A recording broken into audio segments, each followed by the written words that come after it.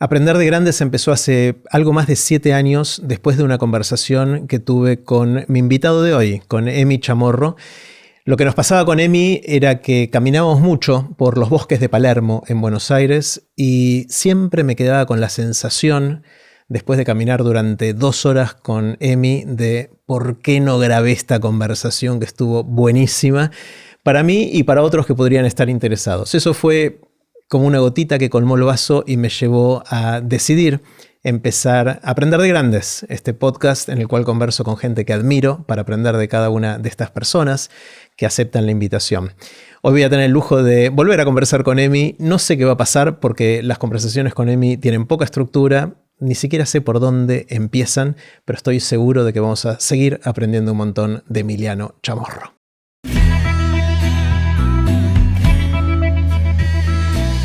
Esto es Aprender de Grandes, la mejor excusa que encontré para conversar con gente que admiro y así aprender durante toda la vida.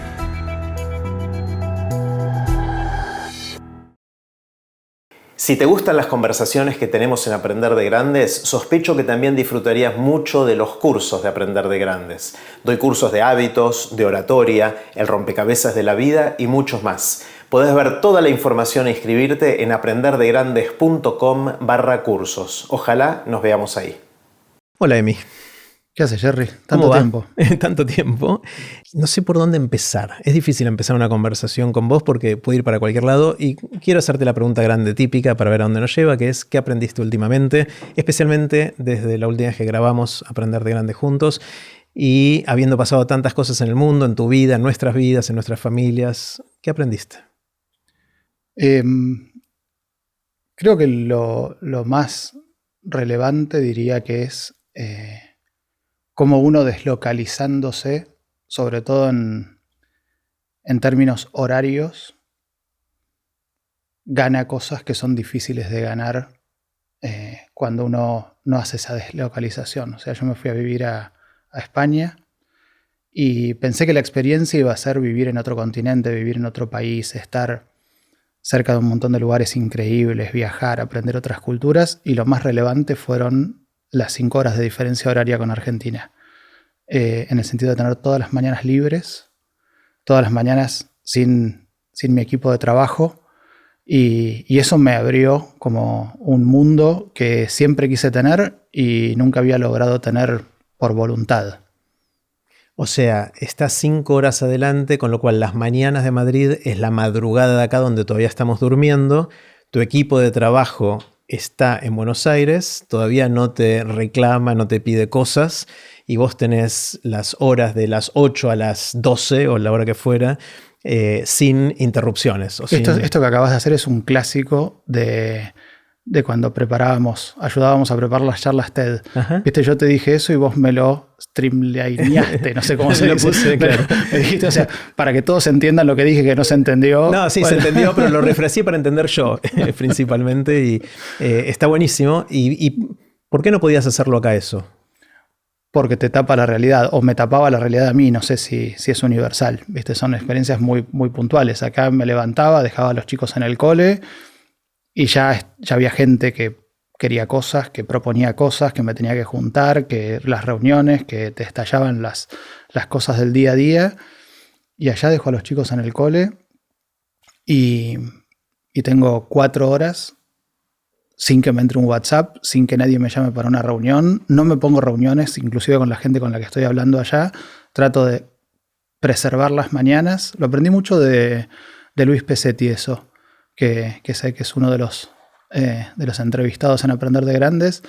Una vez, yo a partir de TEDx Río de la Plata me hice bastante amigo de Luis y una vez le digo, nos juntamos seguido y le digo, bueno, nos juntamos, no sé, a desayunar y me dice, no, las mañanas escribo. Y me pareció fantástico porque ahí de alguna manera se puso este bloque de tiempo que después uno ve en gente súper interesante que logra hacer eso, y yo no lo había logrado y lo logré un poco inesperadamente con la mudanza. Justo leí hace un tiempo la biografía de Iger, que es el CEO actual de Disney, que había sido CEO mucho tiempo, dejó un par de años y ahora volvió, Y él se levanta creo que a las 3:30, 4 de la mañana, y dice que son sus horas más productivas del día hasta que todos se despiertan y le empiezan empieza el día normal. Yo ni loco me levanto a las 4:30, pero mudarme estuvo bueno. Pero se me ocurre que hay una contracara, ¿no? Porque si no se viola alguna ley de la física, cuando vos querrías empezar a dejar de trabajar y empezar a dedicarte a otras cosas a las 6, 7 de la tarde, acá todavía es el mediodía o las 2, 3 de la tarde. Sí. Entonces, quizás hasta tus 11 de la noche puedes seguir teniendo reclamos de acá o pedidos, ¿o no? Sí, de hecho doy clases muchas veces de 11 a 12:30 de la noche mía, porque también hay gente de México y gente de Colombia y de Perú y de otros horarios inclusive más a la izquierda de Argentina, y no me molesta. Digamos, creo que el tiempo libre al principio del día garpa mucho más que el tiempo libre al final del día. De hecho, yo me dejo un tiempo libre importante para cuando los chicos salen del cole, para hacer logística, para estar con ellos, pero después de cenar, digamos, el que sufre es Netflix. Bien. Hiciste un buen intercambio. Dejaste Netflix y... Dejé Netflix y me gané las mañanas. Me encanta, me encanta. Es muy loco, ¿no? Como cosas que sabemos que son buenas para nosotros, no las hacemos hasta que no son una imposición externa de las condiciones de contorno. Y no lo había visto venir para nada. O sea, es un efecto inesperado de la mudanza. Un efecto inesperado que terminó siendo el más importante de la mudanza. O sea, no es ir a Toledo a visitar o a no sé dónde. Eso se te gasta en 3 meses. Claro. La gastronomía. A mí me encanta la comida y, digamos, uno dice, bueno, estoy ahí, no sé, la primera vez que vas de turista es como que te vuelves loco con el jamón y con los mariscos y qué sé yo. Creo que esa parte, por lo menos a mí esa parte más hedonista, que me encantaba al principio, tiene como cortadura. Te acostumbras. Sí, te acostumbras y ya el jamón es ese jamón que está buenísimo, pero ya está, listo. Te seteo ahí la expectativa y lo seguís disfrutando, pero no es algo, no es un driver de la vida. Pero lo del horario es impresionante. Qué loco. Muchos, sobre todo escritores, dicen, ¿no? Aparte de Pesetti, hay muchos que dicen, no sé si era Stephen King o Ray Bradbury, no sé, había Asimov, creo que escribía. Y Vargas Llosa, de hecho, también. Creo que escribe 3 horas, no sé si escribe o escribía 3 horas a la mañana. Es como hay una metodología que tiene que ver con eso, ¿no? Y de hecho te lleva a escribir. A mí me llevó a escribir, me llevó a preparar. Antes estaba muy corriendo atrás de los contenidos que tenía que dar, de las clases más inmediatas, y ahora además hice otra que cuando me di cuenta de esto, me di cuenta que durante toda la semana yo estaba preparando contenidos más de las cosas que daba en el momento, y los fines de semana leía mucha historia, literatura, filosofía, cosas que no tenían una aplicación práctica, pero era lo que más me gustaba. Entonces dije, bueno, no voy a dar clases los viernes. Entonces fueron 3 días por semana. Y después empecé a no dar clases los jueves. Bueno, y si sigo así no voy a dar clases nunca, voy a estar todo el día leyendo historia. Pero por ahora dejo lunes, martes y miércoles con cosas más prácticas, pero tengo 4 días por semana para preparar cosas para dentro de 2 años. Y eso me cambia por completo. Está bueno, está bueno. Si no, estamos muy atados a la coyuntura, ¿no? Y estamos siempre corriendo detrás de la próxima fecha límite o la próxima clase que tenemos que dar o lo que fuera en cada caso. Y hay algo de cuando hay una audiencia que te banca con un poco más de paciencia y que no te exige, dame algo. Digamos, si te piden un puente para la semana que viene, va a ser un puente de mierda. Entonces, cuando tenés una audiencia que te empieza a confiar y a bancar un poco más, no a un largo plazo, porque tampoco estamos prometiendo algo a 40 años. Dame un tiempo para hacer algo bueno. El otro día justo vino a Madrid y charlamos mucho y caminamos mucho con Fer Salem. Uh-huh. Y me dijo una frase que para mí encapsula re bien esto, que es: el tiempo bien invertido se expande y se multiplica. Y era también algo de lo que me decía Luis Pesetti, que es... Luis me decía, a mí me llaman para shows todo el tiempo porque, bueno, imagínate, él es Pesetti y, no sé, hay muchas municipalidades y cosas que lo llaman todo el tiempo y eso es trabajo concreto del día a día, al que hay que decirle que no para poder escribir Natacha o para poder escribir Frin, pero después el tiempo que uno invirtió en eso tiene un compounding que a lo mejor te dura décadas, porque te genera cosas, o sea, sigue generando sin que vos tengas que seguir trabajando. Claro, y hace el efecto compuesto es que lo que vas a hacer después vale más porque hiciste eso Porque también. hiciste eso. Y Fer me decía que le pasaba lo mismo con las películas, o sea, de repente un trabajo concreto es hacer, no sé, una publicidad o algo más coyuntural, pero de repente cuando hace una película que es contraintuitivo, porque todo el sistema de incentivos visibles tiene que ver con la plata, con el dinero. Entonces, vos decís, bueno, estoy haciendo una película y económicamente, si lo mido hoy, me convendría más estar haciendo publicidades. Pero hacer la película, si uno lo mide en el mediano y largo plazo, tuvo mucho más sentido, hasta económicamente. Claro. Una de las cosas que hacemos en el curso de hábitos que doy y que vamos a volver a dar pronto es buscar mecanismos para que uno sea dueño de su agenda durante el comienzo del día. Es una de las típicas morning routines, le dicen en inglés, las rutinas de la mañana o los hábitos de la mañana, que tienen que ver con no conectarse al email, al WhatsApp y a todas las demandas externas hasta que hayas hecho lo que para vos es importante hacer en ese día. Puede ser algo cortito, puede ser algo más largo, depende del momento. Y hay gente que dice, no, bueno, miro el email así rápido para ver si hay algo urgente, sonaste. No funciona. Eso no funciona, pues leíste un asunto de tu jefe que dice algo o de un cliente o lo que fuera y ya está, te quedaste pensando en eso, ¿no? Entonces ahí dejas de ser dueño de tu agenda, de tu mente durante el comienzo de la mañana y rompiste el hechizo de hacer cosas. Y está bueno el hecho de la diferencia horaria como forma que te fuerza a hacer eso, ¿no? Pero uno debería poder hacerlo. En teoría decir, sabes que vivo acá, vivo en el mismo lugar, pero hasta las 11 de la mañana no se conecte o no esperen que yo responda nada. Sí, es muy fuerte la tentación. Claro. La tentación del aparato que te tira WhatsApp y que te tira mensajitos y y notificaciones. te despertás a las 4 de la mañana y te dan ganas de mirar un poquito algo. Fuerte, claro. Y la verdad es que allá no tenés que hacer fuerza contra esto. Entonces, eso es interesante.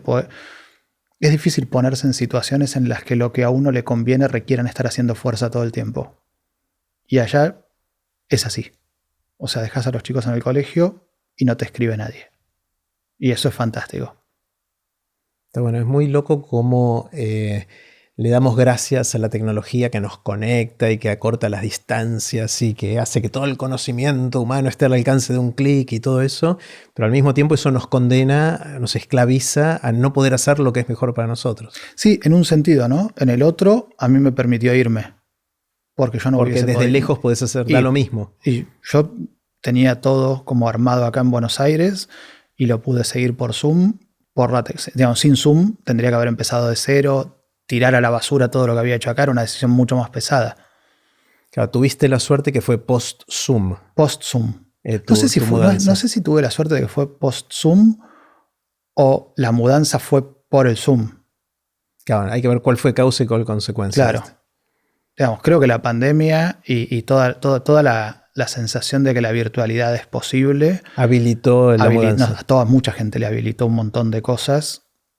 Inclusive de vida, de explícame por qué estoy en este departamento y no estoy en una casa en el medio de la montaña. Claro. Creo que fue como un cambio. El otro día escuché la entrevista que le hiciste a Hernán Casiari, que decía eso, que creo que decía algo así como yo quería que pase algo en mi vida, que no sean 70 años sin nada y bueno, pasó esto. Pasó la pandemia. Digamos, sin caer en lo de la miré con pochoclos, pues la verdad es que sé que hubo un montón de gente que sufrió mucho. La verdad es que nos pasó y fue fuerte. Nos habilitó un montón de cosas que antes no estaban habilitadas mentalmente. Claro. Yo me acuerdo de conversaciones antes de la pandemia y antes de tu mudanza en la cual vos me decías, bueno, pasé tiempo en el exterior, pero fueron viajes más cortos y estancias cortas en distintos momentos de la vida y me gustaría probar qué es vivir afuera y ahora ya pasaron... ¿Cuándo fue que te mudaste exactamente? Y casi 2 años. 2 años desde que estás en... ¿Y qué onda? Creo que tiene muchas de las cosas que uno se imagina, otras no. O sea, Buenos Aires es una ciudad espectacular, de una intensidad increíble, que Madrid no tiene. No tiene, nada. mira. No. Para mí no, o no la encontré todavía, capaz que sí la tiene y yo no la encontré.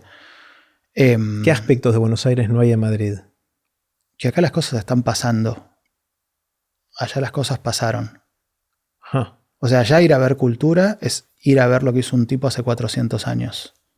Acá cultura es lo que está pasando en el Conex o en San Telmo Entonces tiene toda esa cosa de efervescencia, que esto es increíble, y que cuando yo estoy viniendo 2-3 meses por año acá y es como enchufarse a 220, y allá lo que tenés es una ciudad que tiene es un pueblo. Viniendo de acá es un pueblo. Tiene una tranquilidad, un silencio, una amabilidad. Y estás a 1 hora y media de lugares increíbles. O sea, nosotros, los chicos salen del cole a las 5, toman la leche en casa, vivimos a 6 minutos de Barajas. Salimos de casa 1 hora antes de que salga el avión, estamos cenando en cualquier lugar el viernes a la noche. Eso es impagable, en un sentido.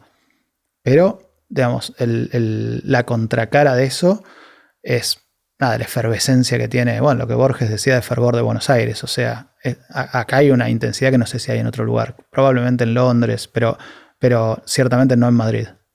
Qué loco, no es la percepción que uno tiene, o que yo tengo mirando desde acá, ¿no? O sea, veo Madrid, la movida cultural, la música, los bares, o sea, la percepción que tenemos, o que tengo yo por lo menos de lejos, es de algo más vibrante que eso. No, yo de adentro no. Mira. Yo siento que lo vibrante es más acá. Después sí tenés lugares, obviamente, en Europa que son súper vibrantes. Berlín, Londres, algunos lugares de países escandinavos, inclusive hasta cosas de Italia, hasta lugares de Italia, Turín, qué sé yo, pero Madrid como Madrid es muy tradicional. Bueno, inclusive creo que Barcelona es más vibrante que Madrid, pero Madrid es un lugar, creo que igual hay una cosa de que ahora hay mucha inmigración y eso está cambiando. Madrid es un lugar conservador, es un lugar, la capital de un ex imperio, y se le nota en todas las cuadras. O sea, ser un ex imperio es, no sé, me parece que en distintos lugares, en Viena, inclusive en Brasil, ex imperio, se les nota como esa cosa de yo fui imperio. Es como un imperio jubilado. Claro, se nota en la arquitectura, pero también en la cultura, ¿no? La gente. La gente. La gente está hecha. No hay hambre, en ningún sentido, ni en el bueno ni en el malo. De los tradicionales. O sea, no hay hambre porque están resueltas las necesidades básicas, y no hay hambre porque no hay ganas de explorar cosas nuevas. Se exploran cosas nuevas, pero una cosa es explorar cosas nuevas desde la posibilidad y otra cosa es el hambre. Claro. O sea, acá hay hambre. Hay hambre en el sentido malo y hay hambre en el sentido bueno. Aunque haya gente que tiene muy buen pasar económico, vos haces una cosa buena acá y tenés 7 cuadras de cola de gente con 40 grados queriendo entrar. Eso no pasa allá. Qué loco. O sea, uno piensa en Europa como la meca para hacer cosas, y salvo estos pequeños reductos, como decís, Berlín y algunos más, no es así. No sé si no es la meca para hacer cosas. El otro día fuimos a Viena y fuimos al museo de este arquitecto Anderwasser, no sé cómo se pronuncia. Es un tipo súper interesante, arquitecto, y tiene como unas muy buenas metáforas de Roma. Dice, Roma es una ciudad vacía. Es una ciudad que no se conecta con su época, que no se conecta con los problemas de su época. Y eso es central para hacer arte porque te invita a llenarla. Entonces, o sea, no se conecta con los problemas de la época actual. De la época actual. O sea, es básicamente un recipiente vacío que te invita a ponerle colores. Y me pareció súper interesante, porque después ves la obra del tipo. Es que tiene como en los techos plazas. Y creo que el primero, yo no sé nada de arquitectura, pero creo que fue de los primeros que puso techos verdes. Que puso techos verdes, que tiene una relación muy particular con el agua. Y la verdad es que todo eso tiene, creo, una impronta de que es una ciudad imperial, totalmente callada, en la que te invita a llenarla y a hablar. ¿Y en retrospectiva no tendrías que haber ido a Berlín entonces, en lugar de Madrid? Yo tenía ganas de hacer algo y me sacaron cagando en mi familia. Yo tenía ganas de estar 2 años en cada ciudad.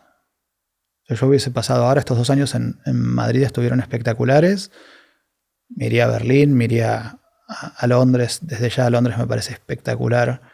Me iría a algún lugar de Francia, probablemente, no sé, a Lyon, o tal vez no a París.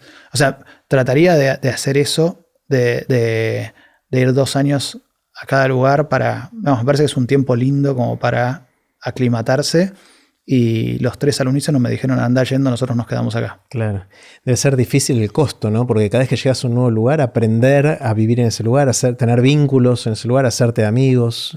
Sí. Eso lleva un tiempo, ¿no? Sí, pero a mí me da la sensación de que cuando estoy haciendo eso, al principio estoy ganando más. Estoy absorbiendo algo distinto, que era lo mismo cuando me ponía a estudiar idiomas raros. Me pasé un montón de años estudiando chino y me sentía mejor estudiando chino que estudiando inglés o francés, porque sentía que estaba más lejos de lo obvio. Entonces, me pasa un poco eso también con los lugares, digamos. Tampoco me iría a Tonga, digamos, pero me parece que lugares así como potentes históricamente a mí me tientan un montón. Claro. Bueno, también pasó mucho en Baikal. Desde que hablamos la última vez, Baikal explotó, creció en un montón de dimensiones. ¿Qué aprendiste en ese frente? Bueno, ahí todavía estoy aprendiendo. Van todos, todavía estoy aprendiendo. Pero sí, pasó eso. O sea, pasó un momento en el que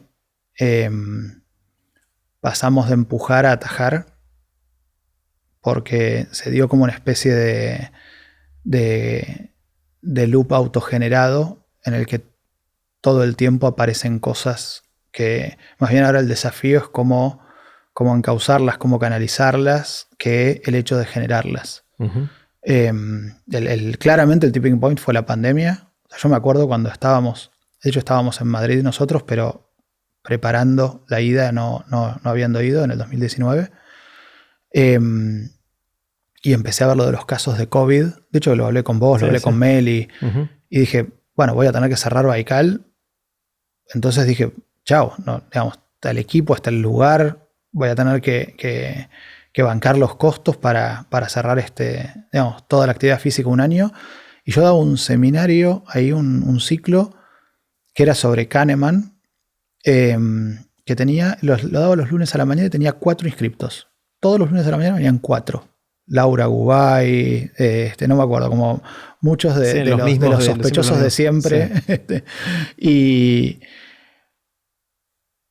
bueno, dije, no lo voy a poder hacer, lo suspendí, lo abrí por lo que me enteré en ese momento que existía, que era Meet, 140 inscriptos. Claro.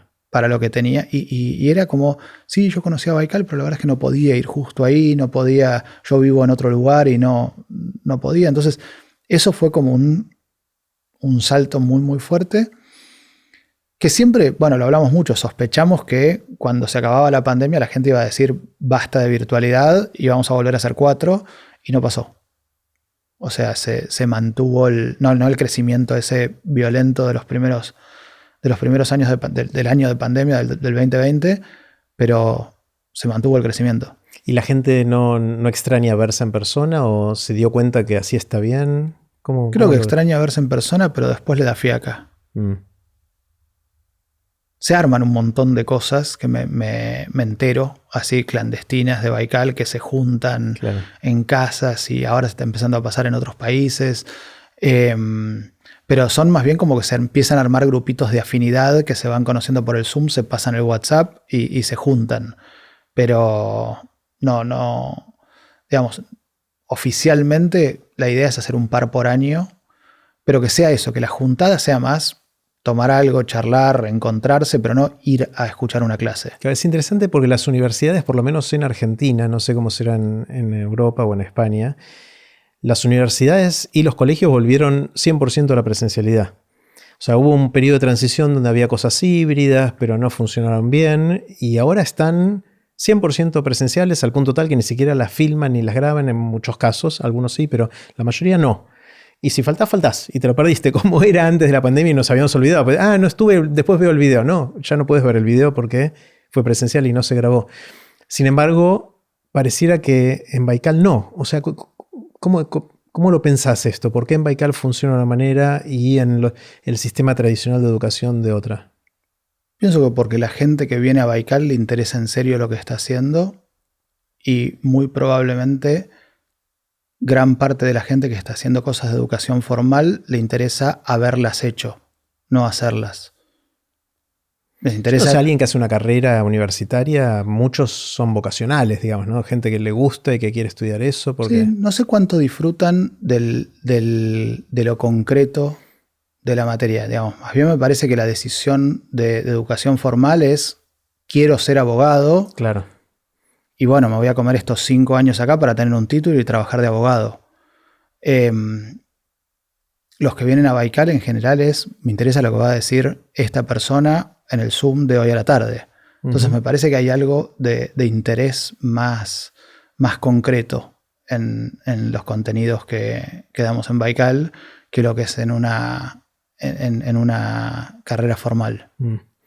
Me gusta recordar nuestras conversaciones caminando por Palermo y todo eso, que siempre decís que te interesan mucho más los clásicos que el último grito de la moda en distintos aspectos de la vida, en los escritores, pero en muchas otras cosas más. ¿Cuáles son esas cosas que resisten el paso del tiempo y que lo transforman en clásicos?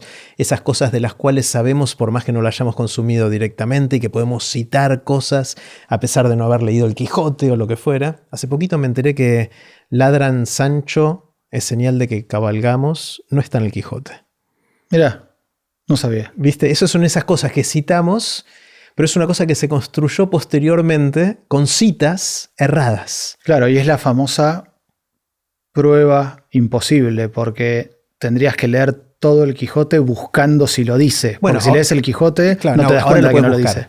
Bueno, ahora lo puedes buscar, sí. Que es más fácil y no está. Para ustedes que usan tecnología, sí. Claro, fue invento posterior.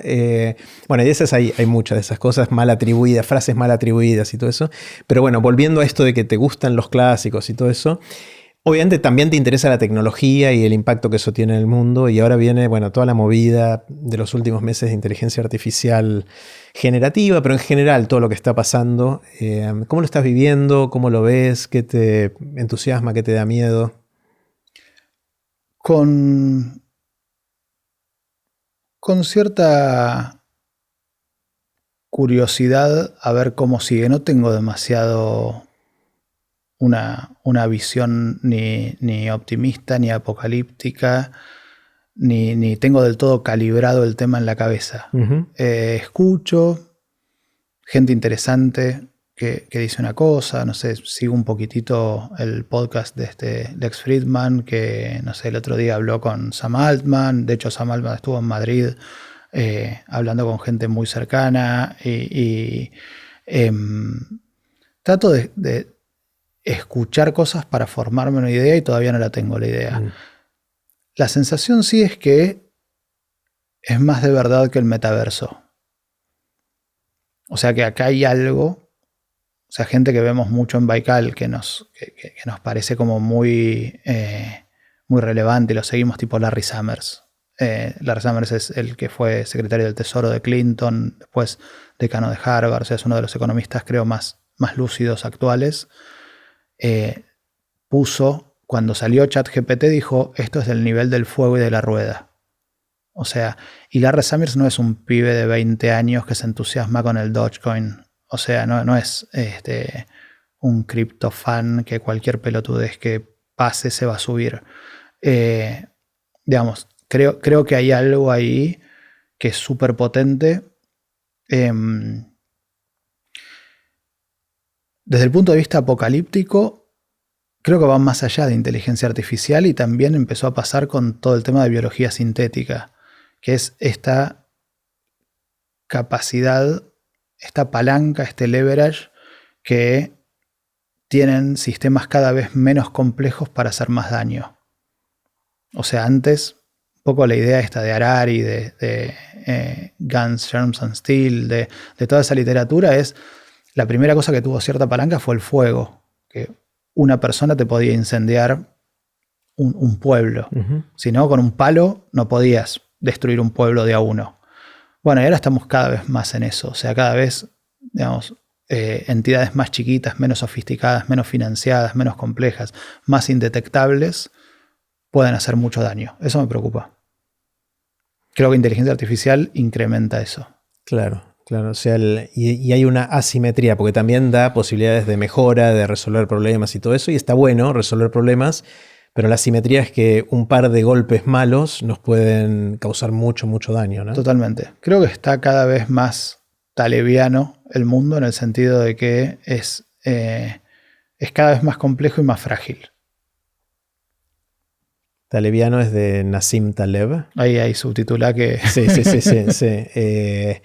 Y no es antifrágil en el sentido de que son sistemas que se robustecen con el ruido, el caos y todo eso, sino sistemas que son frágiles, que puedan romperse si algo no funciona bien, ¿no? Totalmente. Y un poco en la línea de lo que dice Harari, no es, salvo que haya un hecho realmente súper catastrófico, no es un problema de la naturaleza que sí es antifrágil. Los frágiles somos nosotros. O sea, los frágiles somos los seres humanos. Es nuestra especie. Claro, el mundo va a seguir, la naturaleza va a seguir con más daño, menos daño, pero se va a reponer de alguna manera. La pregunta es si nosotros vamos a salir vivos de todo esto. Sí, creo que una bifurcación interesante que es toda la que plantean todo este grupo de Elon Musk y Lex Fridman y todos estos pensadores actuales y hacedores actuales es si nosotros vamos a extinguirnos antes o vamos a ser una especie multiplanetaria y en ese caso si vamos a seguir siendo esta especie. Bueno, claro. No sé si los humanos habitando Marte vamos a seguir siendo humanos. Entonces, pero creo que en el futuro, no sé, hay una idea interesante de Peter Thiel que es el futuro es cuando las cosas sean distintas. No importa, a lo mejor es mañana, a lo mejor es dentro de 300 años. Pero tomando esa idea de Peter Thiel, en el futuro o es una o es la otra. Porque no podemos perdurar para siempre en el planeta Tierra con el nivel de complejidad que estamos generando. Porque tarde o temprano algo, vamos a meter la pata con algo, con mala o buena intención, pero algo va a salir mal. Sí, o vamos a hacer cosas, digamos, así como generamos la bomba atómica los humanos y, como dice Harari, es la primera vez que tenemos la capacidad de destruirnos. Bueno, pero una bomba atómica es traceable por gobiernos, no es que nos juntamos nosotros dos y hacemos una bomba atómica en el living de tu casa, pero cada vez estamos más cerca de todo el impacto negativo equivalente a una bomba atómica, pero que pueda hacer cualquiera sin recursos. Claro. Estamos complicados. Creo que estamos complicados. Y una de las charlas ahora estamos como hablando mucho con Mariano Sigman, porque él también vive en Madrid, hacemos como asados prácticamente todos los fines de semana, y el tema de la sobremesa o uno de los temas de la sobremesa es que la educación le está enseñando a nuestros hijos y en general a la gente cosas que son para vivir en el contexto actual. Y lo que debería enseñarle es cómo sobrevivir cuando el contexto actual cambie. O sea, todos dan por hecho que las guerras se terminaron, más allá de la escaramuza de Ucrania ahora, que no es una guerra en el sentido de que la gente por fuera de Ucrania se sienta amenazada. Todavía no. Todavía no. Pero nadie, yo estuve, no sé, en Alemania, que está relativamente cerca, y casi en la frontera de Polonia, y están todos haciendo lo suyo. No están preocupados. No están con la sensación de una amenaza, un peligro. De una amenaza de que en cualquier momento nos caen ojivas nucleares en la cabeza.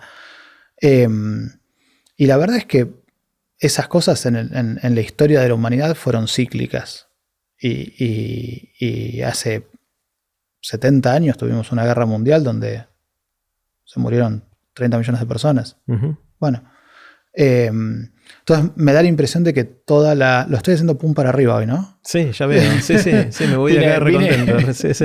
Es para animar a la audiencia a aprender de grandes. Claro. Entonces, sí, tengo la sensación de que ahí hay algo muy de educar para el momento ideal que estamos viviendo ahora y no de generar resiliencia en serio, de generar antifragilidad en serio y de mostrar en la educación, digamos, cómo hacemos para sobrevivir cuando esto cambie.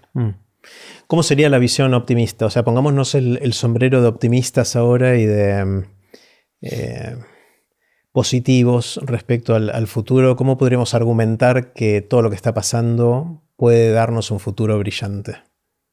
Bueno, un poco, a mí lo que probablemente más me interesa son las ideas de Peter Thiel con eso, que él plantea que hay dos formas de progreso, la globalización y la tecnología, y que esencialmente la globalización es copiar lo que ya funciona bien, y que ese camino nos lleva a un callejón sin salida, porque si toda la gente, todos los asiáticos, básicamente China, India y los países grandes de Asia, van a querer producir y vivir como producen y viven Estados Unidos, Europa y Japón, reventamos en 5 minutos porque no hay recursos ni medio ambiente que aguante. Entonces, vos no podés tener a 1.400 millones de indios andando en SUV como los Hammers en Florida.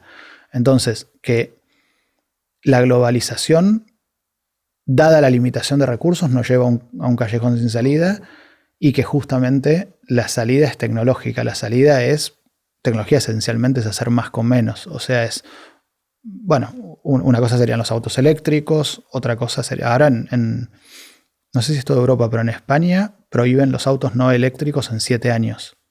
O sea, vos ahora caminás por las calles de Madrid y no hay ruido. No hay ruido. Los colectivos no hacen ruido. Los coches no hacen ruido. ¿Prohíben quiere decir que no se pueden fabricar más o que no se pueden usar más? No se pueden usar más. O sea, si tenías uno tenés que tirarlo. Creo que sí. Wow. Creo que sí.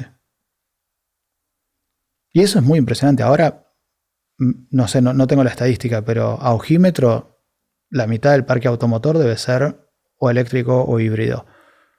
Entonces, no tiene nada que ver el nivel de ruido. O sea, vas por la calle, yo voy mucho escuchando con los auriculares, que ahora escucho libros. No hay ruido. Van a tener que poner un cassette con ruido de bocinas para que no nos maten los autos. Claro. Entonces, creo que hay una posibilidad de salida tecnológica si recuperamos esa idea. Recuperamos, digo, los humanos. Recuperamos esa idea de que todavía quedan cosas por hacer. ¿Viste? Esta idea plantea Peter Thiel de la idea de países en desarrollo y desarrollados. Dice mucho, o sea, dice como que los países desarrollados ya están desarrollados y que lo único que le queda al mundo es que los que no están desarrollados se desarrollen. Bueno, eso es una idea, digamos, también podemos pensar lo opuesto, que es que estamos en el principio de la historia y que está todo por hacer y que tenemos que construir un montón de cosas nuevas, increíbles, y que esencialmente hay un futuro que es distinto del presente y que tiene sentido uno construir eso. Creo que es una narrativa que es súper interesante. Hay una pequeña paradoja que se da con el optimismo tecnológico, y es que si le ponemos demasiadas fichas a que va a venir la tecnología que nos va a resolver los problemas, no hacemos los cambios de comportamiento ahora que son necesarios para resolver esos problemas, ¿no? Hay una pequeña paradoja que se da en cómo argumentar esto.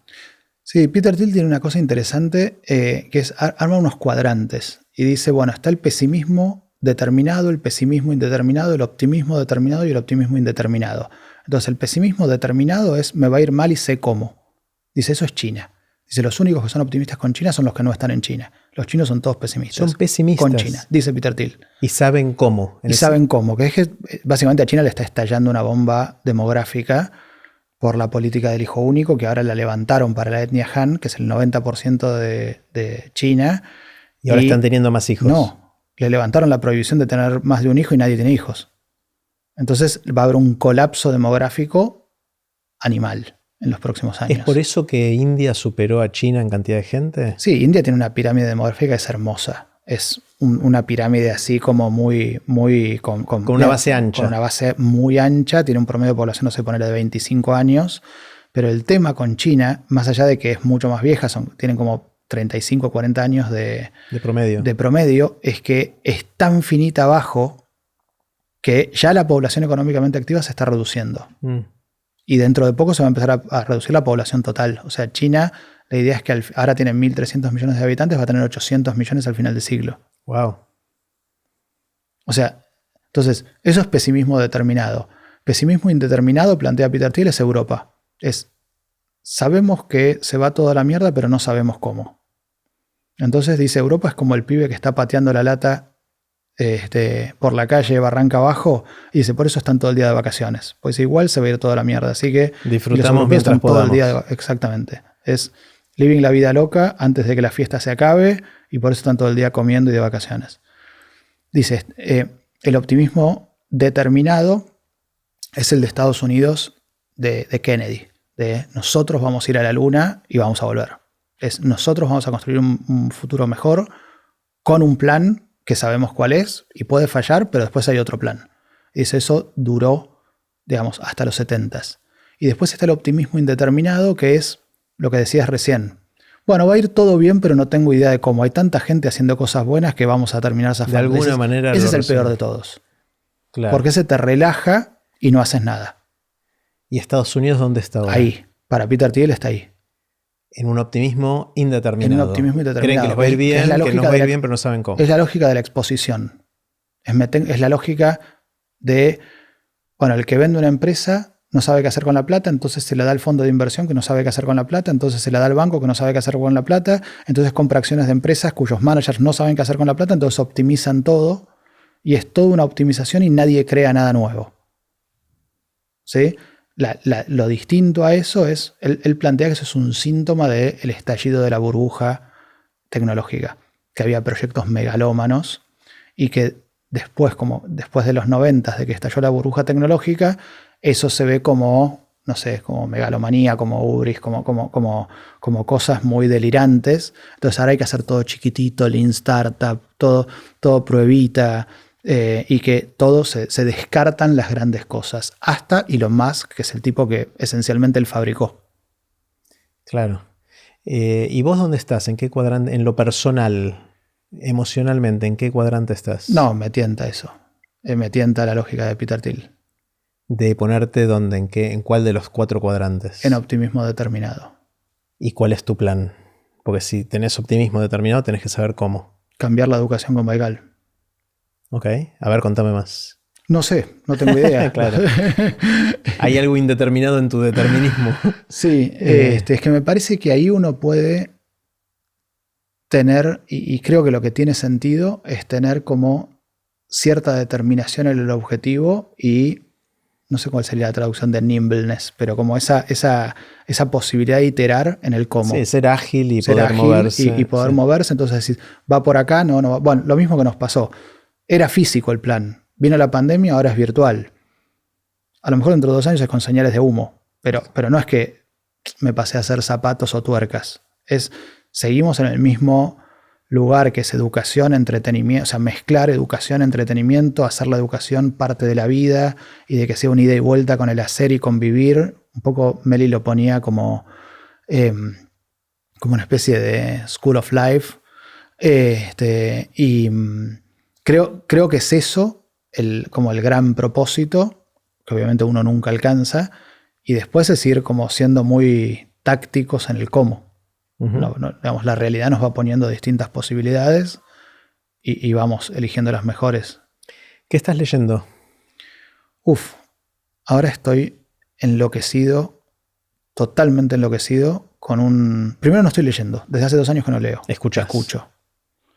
Y eso fue otra de las grandes revelaciones porque logré un nivel de concentración escuchando que nunca había logrado leyendo. Mira. O sea, me pasa eso, que yo dejo a los pibes en el cole, me pongo los auriculares, me voy a un parque a caminar, lo empecé a las 9:30 de la mañana, se hicieron las 2 de la tarde y me empieza a sonar el teléfono y no me di cuenta que pasaron 3 minutos. O sea, y a lo mejor y así estoy escuchando entre 1 y 2 libros por semana. Y de repente a veces paro, tomo notas y cuando vuelvo a casa trato de pasar todo en limpio con mis propias palabras. Y más allá de lo que tengo que leer para los cursos concretos, lo que más me voló la cabeza ahora es Will Durant. Will Durant es un tipo que escribió The Story of Civilization, que son creo que 11 tomos, creo que de 3.000 páginas cada uno. Ah, bueno. Es prácticamente la historia en tiempo real. Te la va contando casi mientras pasa. Tardó 50 años en escribirlo. Y yo no entré por ahí, entré por unos libritos más chiquitos que el tipo hace al final de la vida como resumen de esto. Uno se llama Lessons of History, otro se llama Heroes of History y otro se llama, no sé, Big Ideas y no sé qué, como, que son como libritos más cortitos, 100, 150 páginas, súper abarcables, que son como los highlights del trabajo de toda su vida. Y me gustaron tanto esos tres que dije, bueno, quiero los de verdad. Entonces de repente tenés, el primero se llama Nuestra herencia oriental. Y son, no sé, 60 horas, que serán, no sé, 2.500 páginas, 3.000 páginas. Y de repente tenés 15 horas de filosofía de India. Claro. Y es espectacular. Pues una visión occidental, pero con un nivel de profundidad que es espectacular. Y es como es historia narrada, interpretada, o sea, ¿es historia al estilo de los libros de historia del colegio o es historia a la Harari que mira para atrás y te... No es ninguna de las dos. Él dice que para él la historia es filosofía con ejemplos. Él dice que es un filósofo. Mira. Y él plantea que lo que está haciendo es contando la historia del pensamiento a través de la historia. Y lo estoy leyendo en paralelo. Bueno, hay un libro que también es largo, pero nada que ver con esto, que es La historia de la filosofía occidental de Bertrand Russell. Y Will Durant también escribió uno que se llama The Story of Philosophy. No The History, sino The Story of Philosophy. Entonces, como que voy picoteando entre pensadores y épocas, pero de repente es eso, te mete en Babilonia. No sé, desde Hammurabi hasta Nabucodonosor. Y te pasás... Parezco un psicótico diciendo esto, ¿no? Te pasas 15 horas metido en Babilonia y es espectacular como lo cuenta el tipo. Es un enorme storyteller. Y ahí fue cuando yo siempre estoy pensando para Baikal como, bueno, tengo que armar el Dream Team de profesores. Y siempre estoy pensando cuál es el historiador. Y todavía lo estoy buscando, así que si alguien de la audiencia tiene una idea que me escriba. Tiene que ser alguien que hable en español. Sí, mi idea es en 2-3 años abrirlo a inglés, pero por ahora sí. Uh-huh. Y se me ocurrió una chantada que es, ¿por qué no ser yo? Si estoy todo el día leyendo esto y me divierte mucho y encontré una sintonía que a un grupito de gente le gusta como cuento, entonces dije, bueno, voy a empezar un ciclo semanal que me lo imagino de por vida, contando una cosa de la historia o de la cultura universal por semana que me haya llamado la atención. Entonces cuento tal cosa de filosofía de India. No se no va a ir nadie, pero me divierte como prepararlo. Mientras vayan 4 o 5 que te fuercen a prepararlo. Totalmente. Es absolutamente para mí. Está bueno, es parecido a lo que hiciste con Kahneman en su momento, pero ahora aplicado a otro área. Sí, pero Kahneman tiene una vertiente más útil. Yo ahora estoy dando Kahneman hace un año de vuelta y la verdad es que tiene un montón de utilidad para toma de decisiones. Esto la idea es que es un curso completamente inútil e infinito. Y es más, lo quiero contar así. Voy a hacer un curso que no sirve para nada. No vengan. Está bueno. Eso va a atraer más gente. Obvio. Está buenísimo. ¿En qué más andás? ¿Qué otras novedades o cosas interesantes que hayas vivido, visto? Me pasó algo con... Leí mucho de budismo. Budismo. Sí. Y me dio como una especie de relación amor-odio con el budismo. Ajá. En el sentido de que cuanto más leía, y viste que yo soy medio fóbico a las modas, como a las religiones contemporáneas, no a las religiones establecidas, sino a todos los ismos que ahora están todos con eso. Yo tengo un poco de fobia, un poco snob con esas cosas. Y ahora están todos con el budismo, todos meditan, todos van a yoga, todos, o sea, es como embole. Y esta historia también de, como diría Diego Goldberg, de estoy harto de llegué a la cima y aquí no hay nada. Como, sí, o Adrián Paenza. O Adrián, no sé, yo lo escuché de Diego, pero desde Adrián... Diego citando a Adrián. Bueno, está bien. Eso me torra, ¿viste? Los emprendedores que tienen todos el mismo discurso de la remé, comí papas fritas durante 5 años, me agarró la crisis, no tenía para comer y ahora tengo 1.000 millones, soy billonario y me preocupo por la huella de carbono, o sea, anda a cagar. Es como que me embola mucho esa cosa del budismo snob, que es como el ya llegué. ya llegué y me hice budista, de Naval Ravikant, de todos estos de Silicon Valley y todos sus salieris del mundo. Y traté de hacerlo. Yo, viste, trato de cuando leo algo, de no pelearme con el libro, con el autor o con el tema, sino de hacer fuerza para que me guste.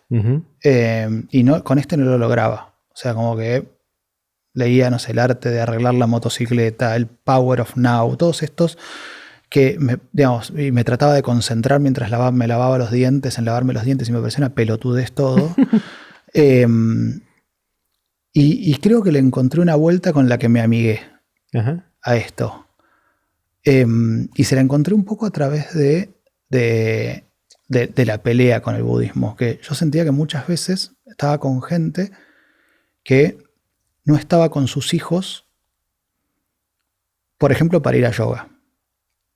Entonces, decía como, tenés un hijo de 5 años y mandás a la niñera a buscarlo al jardín y vos te vas a vivir el presente con 3 pelotudos a yoga, a respirar. Bueno, no estás viviendo el presente. Tu presente es tu hijo de 5 años.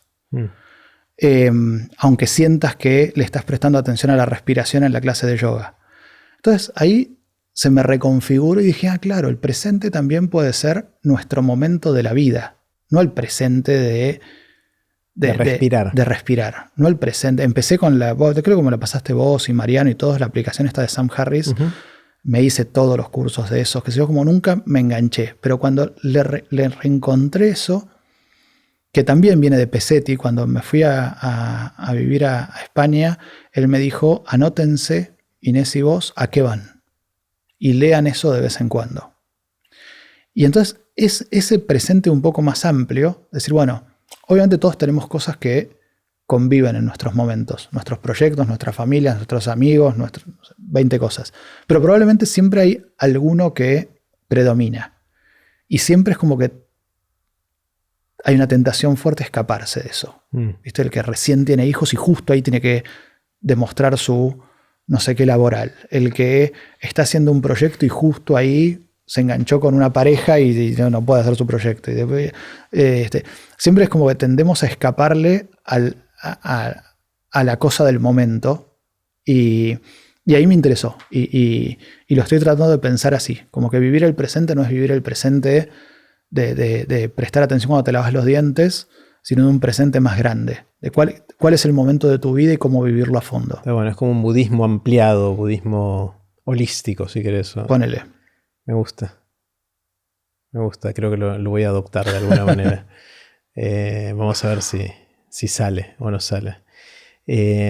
Algo más que hayas pensado, uno de los temas que siempre nos atrae y debatimos mucho es la educación general, sobre todo de los chicos, de la gente más joven y todo eso. ¿Algún avance o alguna vuelta de tuerca respecto a cosas que venimos pensando de la educación, de cómo está evolucionando, cómo podría evolucionar? Sí, ahí fue interesante exponerme a la educación española a través de mis hijos. Los mandamos a un cole que supuestamente es flexible y como no estructurado y qué sé yo, y para estándares argentinos es un servicio militar, o sea, es súper estructurado. Pero para estándares españoles dicen, eso ese que parece medio Montessori, te dicen. ¿Qué Montessori? Nada que ver. O sea, tienen materias, digamos, les hacen copiar las letras. Y fue re interesante, porque el año pasado Juan, mi hijo grande, estaba medio embolado, porque a las 11 de la noche lo tenían copiando nombres de montañas de España. Yo veía que estaba en el cuarto y que no salía. Digo, ¿qué haces? 3 horas ahí. No, tengo que, no sé, copiar los nombres de las montañas. ¡Qué embole! Digamos. Y justo fuimos a almorzar con Mariano y yo venía medio como enojado con el colegio. Los sobrinos de Mariano también van al mismo. Entonces, y él me dice, para mí está bien. Para mí está bien, porque si no son todos sudokus. O sea, son todos, si no, es como esa cosa de pensar sin contenido no funciona. Tenés que tener el contenido adentro de la cabeza. Esa idea de que está en internet y entonces no tiene sentido la información, terminás haciendo crucigramas. O sea, no podés pensar si no tenés la información metida en la cabeza. La pregunta es si la información es el nombre de la montaña, dónde queda, cuál es su altura y quién la escaló primero, o si la información es las grandes preguntas filosóficas ilustradas con la historia de la humanidad, por ejemplo, lo que decías antes, ¿no? Sí, sí. Pero siento que, digamos, yendo al otro extremo, que es lo que uno vive en los colegios más interesantes, creo, de Buenos Aires, es que se fueron un poco al otro lado. Claro. Se fueron un poco a, bueno, no importa el hay que contenido. enseñar a pensar. Claro. No importa el contenido porque el contenido está. Y se olvidaron que pensar tiene que ver con unir cosas que ya sabes y todo eso, y si no sabes nada, no tenés nada. Y además a mí me encanta esa idea de que sea importante el contenido, pues me encanta el contenido. Claro. Entonces simpatizaste me con el comentario de Mariano, claro. Y ahí lo hablé con Meli. Meli me decía, no, me parece cualquiera, eso me parece que hay que enseñar a pensar. Bueno, toda la línea de Understanding by Design. Entonces les propuse hacer un careo.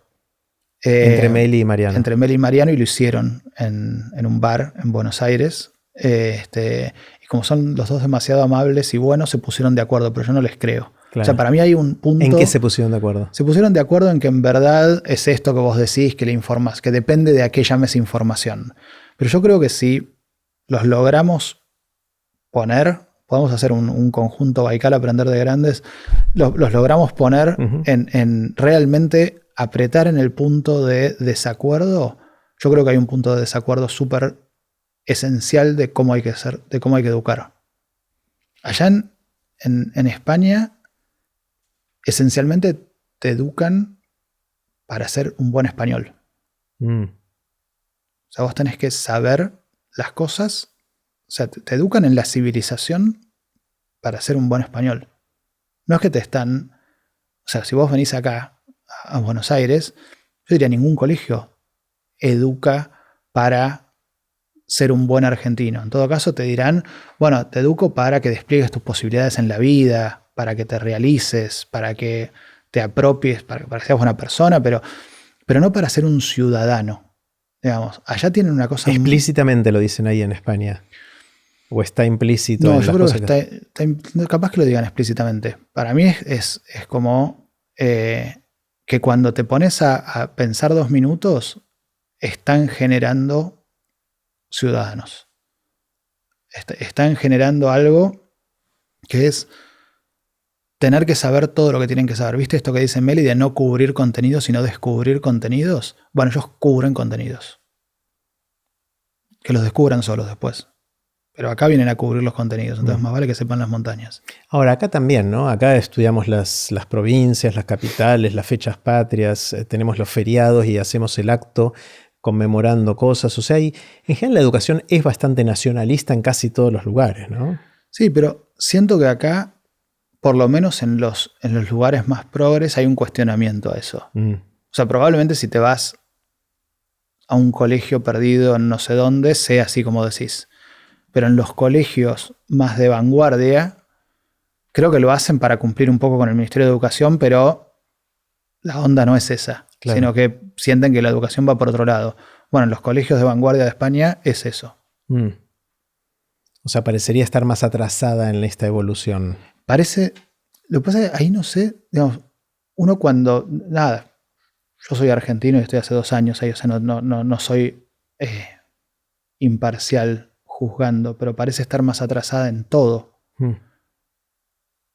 Y aún así viven 20 veces mejor.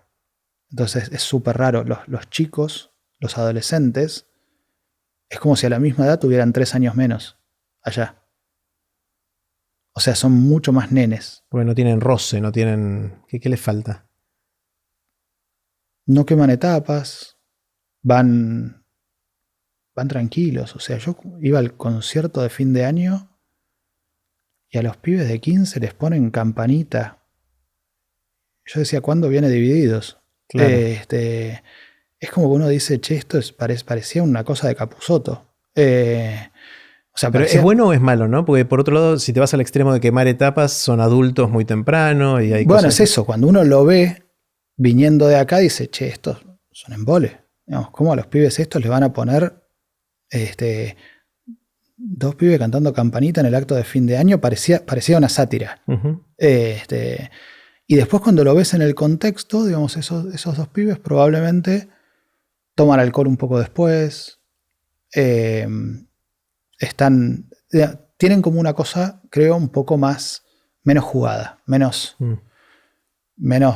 voraz de hacer cosas que acá, en este caso en el mal sentido. O sea, como van más tranquis, me parece. Una de las cosas que me está preocupando mucho últimamente es la dificultad que hay para hablar en Estados Unidos.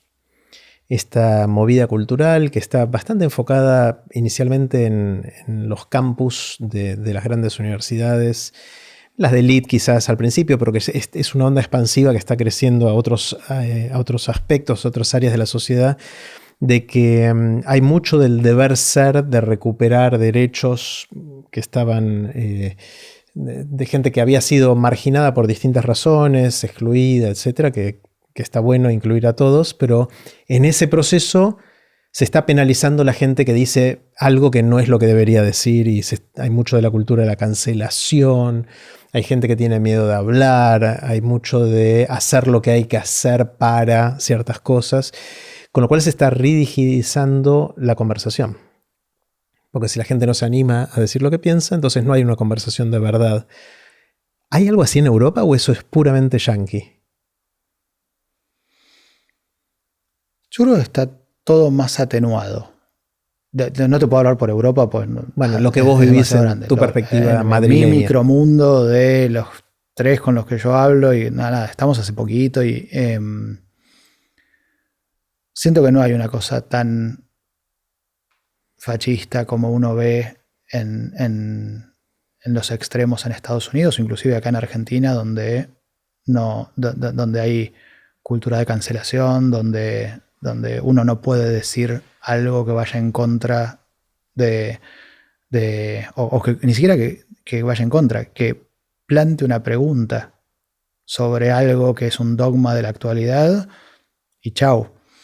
Siento que allá es un poco más relajado eso, que no están tan presentes los sismos como están acá y en Estados Unidos.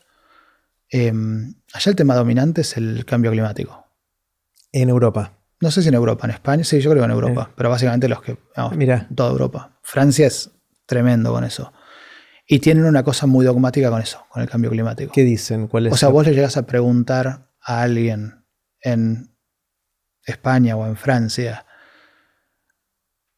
¿por qué te preocupa tanto el cambio climático como manifestás que es tu principal y te consideran un terrorista? Un traidor a la causa humana. Que no entendés y que sos un negacionista y que qué sé yo.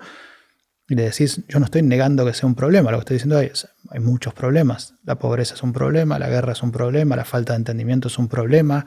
Digamos, hay muchos problemas, el cambio climático es un problema innegable, pero no necesariamente tiene que ser el problema número 1 de la actualidad, y la sensación es que es por lejos el problema dominante allá. O sea, al punto de que te miran mal si viajás por la huella de carbono. Bueno, Francia hace un par de semanas acaba de cancelar los vuelos locales en los que tenés tren. En Escandinavia, está mal irse de vacaciones afuera en determinados círculos. Entonces, tienen una cosa, creo, no de una visión, esto de que tenemos que generar tecnologías limpias para... tienen como una visión medio reaccionaria, creo, de que para evitar lo malo que está pasando a nivel climático, hay que volver 10 casilleros para atrás y no avanzar 5 para adelante. Claro, es la visión de dejar de consumir en lugar de usar la tecnología para consumir de manera limpia. Sí, está muy esta idea de hacer la huerta en tu casa, atrás de tu casa y no viajar y no usar transporte. Y me parece a mí me parece que está bien, uno cuando va a Estados Unidos, creo que es el opuesto, ¿viste? Que viene un tipo con una 4x4 tirando humo y pisando jirafas, es como medio violento. Pero acá es el otro extremo en Europa, o sea, de repente tenés 2 tortugas en una playa de 500 metros, cercada para que las dos tortugas estén cómodas, y 50.000 personas en una baldosa para no molestar a las tortugas. O sea, es como que hicieron una parodia de la convivencia con el medio ambiente. Claro. Es interesante, porque en Estados Unidos ese tema obviamente no está tan fuerte. Hay toda una movida contra la crisis climática y todo eso, pero están todos estos otros temas sociales y políticos que creo que son más parte de la agenda del día a día, ¿no? Sí, y además siento que las posiciones tan dogmáticas primero responden a un sentido de pertenencia de las personas que la llevan con sus núcleos. O sea, son la razón de ser de una tribu. De una tribu, de ir a tomar una cerveza, de tener amigos y de sentirse parte de algo. Uh-huh. Ahora, tiene sus costos, ¿viste eso? Porque cuando empezás a tener pibes que le tiran pintura a un Monet o sea, dan ganas de salir a hacer todo lo contrario. Uh-huh. Entonces, todas esas cosas de esos sismos tan violentos, tan endógenos y tan como soberbios, me parece que generan eso. Después te generan los Trump, los Bolsonaro, y sus expresiones locales. Sí. Estoy tratando de poner en la balanza el optimismo y el pesimismo y ver cómo me voy emocionalmente de esta conversación. Es difícil. Yo voy y vengo con esto. Me cuesta inclinar esa balanza. Por momentos estoy como entusiasmado respecto a todo lo que se viene y por momentos más con miedo, ¿no? De sentir que todo esto que se dice que por primera vez en la historia la expectativa que tenemos para las próximas generaciones no necesariamente es mejor que la que venimos trayendo del pasado. Una sensación de que el progreso puede verse trancado o alentizado o inclusive revertido en alguna dimensión. Creo que tal vez, pensando, ¿no?, en voz alta, tal vez es una cuestión de etapas y de ciclos. Ahora, uno de los autores que leí mucho este último año es Ray Dalio, Uh-huh.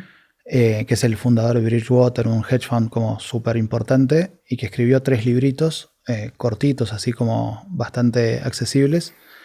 Y habla de diferentes ciclos, ¿no? Entonces son ciclos, algunos son ciclos cortos y otros son ciclos extremadamente largos. Y lo interesante es que nosotros aprendemos de los ciclos cortos, pues son los que vivimos, pero de los ciclos largos no aprendemos. No los vemos. No los vemos. O sea, lo vemos pasar, no sé, el cometa Halley una vez. Claro, o los estudiamos. O los estudiamos, pero no no encarnaron. Igual él es de los que está a favor de estudiarlos. O sea, él hace como una especie de apología de la historia él está muy ligado a inversiones, dice, para invertir hay que estudiar historia porque es relevante justamente porque vos, para decidir ahora cuál es tu contexto, vas a mirar tu experiencia relevante y esa no es la experiencia relevante uh-huh. para el modelo este. Yo creo que a lo mejor en los grandes ciclos largos uno puede ser optimista, ¿no? Porque va a haber conflictos, va a haber crisis, va a haber guerras y las vamos a pasar. No todos, pero la humanidad de una manera u otra la va a pasar, o la naturaleza la va a pasar y va a seguir y va a haber cosas cada vez mejores. Pero lo que me parece medio tonto como visión, sobre todo de los países más desarrollados, es suponer que los ciclos se acabaron. Suponer que no vamos a vivir inestabilidades, que no. O sea, ayer 3 tipos marcharon en contra de Moscú. O sea, es raro eso. Y pasa, digamos, está pasando todo el tiempo. O sea, hace un par de años entraron al Capitolio 2 pibes con plumas en la cabeza y se sentaron en el sillón del vicepresidente. O sea, es lo que Dalio llama como el final de ciclo, que él lo pone como la etapa 6 del ciclo largo, que es cuando los excesos de todas las épocas de bienestar, bueno, hay que pagar la fiesta y tenés la resaca, entonces hay deuda e inflación y eso genera populismos de derecha y de izquierda. Entonces dice, siempre hay populismos de derecha y de izquierda, pero en las etapas anteriores predomina el centro racional. O sea, predominan los más o menos normales de los 2 partidos, de los 3 partidos, de lo que haya. Lo que pasa en la etapa 5 es que empiezan a predominar los irracionales, empiezan a predominar los que esencialmente representan a los que dicen basta de esto, me importa un cuerno cómo, pero me quiero bajar, quiero patear el tablero. Y ahí siento que hay como una subestimación súper fuerte del downside, en el sentido de que nosotros suponemos que esto que tenemos alrededor solo puede mejorar. Y creo que si uno lee un poco de historia, las cosas pueden ponerse peor. Mucho peor. O sea, estamos mucho más cerca de estamos acá hablando con un micrófono que parece una linterna, haciendo un podcast para que gente que no tiene que cultivar papas hoy a la tarde lo escuche. O sea, estamos mucho más cerca del paraíso que del infierno. Claro. Tenemos mucho más para perder. No sé si mucho más para perder, pero tenemos mucho para perder. Y los que proponen estas salidas tan de patear el tablero, creo que no se dan cuenta que por lo menos a corto plazo podemos perder mucho. Mucho. Y pasa en todos los países. Eso, o sea, la polarización y el extremismo en los países, en muchos países está creciendo, ¿no? Totalmente. Y son canalizaciones del descontento. O sea, son de derecha y de izquierda, con, digamos, hay un núcleo común de descontento, de decir quiero romper todo porque no me banco más esto. Emi, me parece que para seguirlo tengo que salir a caminar. Vamos, dale. ¿Seguimos caminando? Seguimos caminando y después cenamos. Dale.